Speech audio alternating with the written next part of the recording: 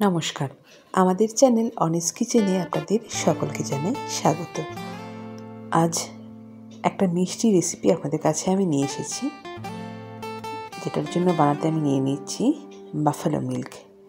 Buffalo মিল্কে এই মিষ্টিটা সব থেকে ভালো হবে। তো একটা কড়াইয়ের মধ্যে আমি একটুখানি জল দিয়েছিলাম, যাতে দুধটা যখন ফুটবে তখন যেন তলার মধ্যে যেন ধরে না যায়। তার জন্য আমি একটুখানি জল দিয়ে তারপর দুধটা ঢেলে দিচ্ছি।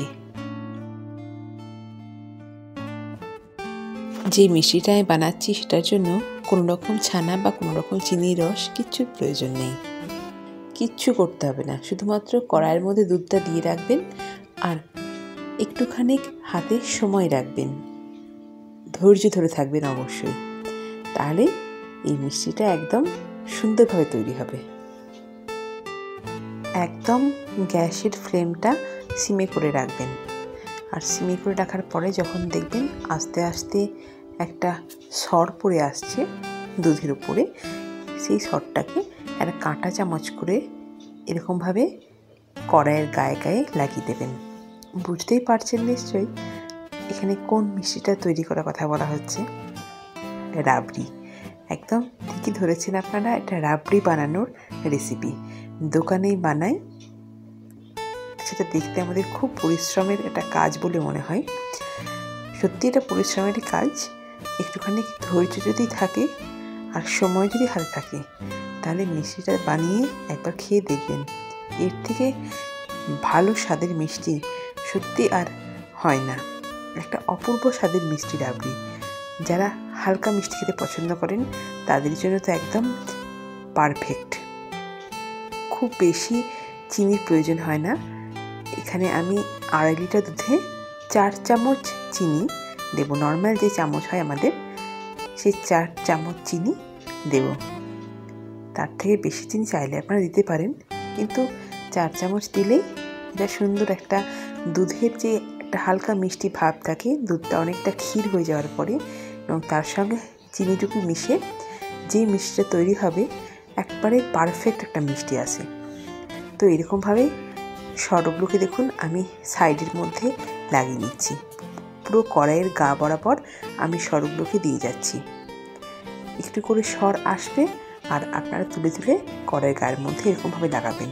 প্রথমবারটা হয়তো লাগাতে একটুখানি অসুবিধা হবে, কিন্তু তারপর সরটা যখন শুকিয়ে আসবে তখন দেখবেন আর কোনো রকম অসুবিধা হচ্ছে না। ওই শুকনো সরের ওপরে আবার সরটা লাগাবেন, দেখবেন আস্তে আস্তে লেগেও যাবে এবং ধীরে ধীরে ওটা শুকাতে থাকবে।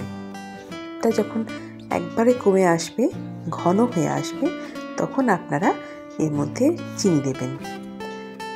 5 চামচ চিনি আপনারা দিতেই পারেন, তার থেকে বেশি দেবেন না, তাহলে খুব বেশি মিষ্টি হয়ে গেলে কিন্তু এই মিষ্টিটা খেতে খুব একটা ভালো লাগে না।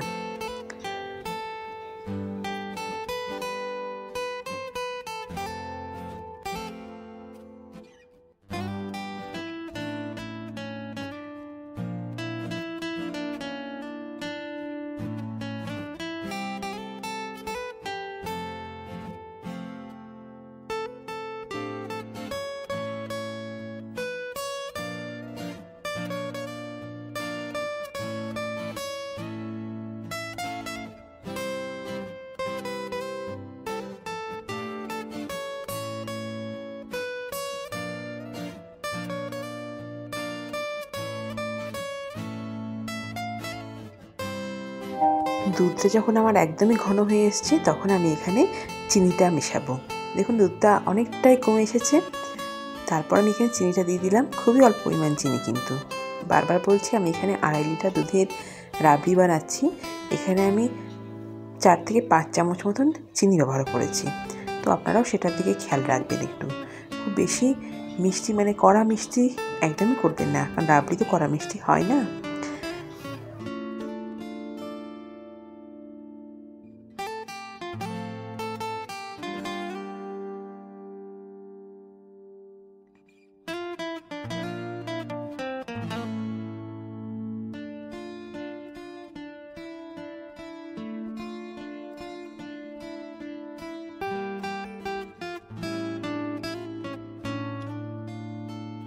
এরকম পরিমাণ দুধটা রাখবেন, মোটামুটি 2.5 লিটার দুধকে ফুটিয়ে 1 লিটারে নিয়ে আসবেন। তারপর দুধটাকে ফোটানো বন্ধ করে দিয়ে উপরে যে সরের আস্তরণটা পড়ে আছে, তারপর যখন সরের আস্তরণটা ধীরে ধীরে শুকিয়ে যাবে, তখন এরকমভাবে একটা ছুরির সাহায্যে কেটে পিস পিস করে দুধের মধ্যে ফেলে দেবেন।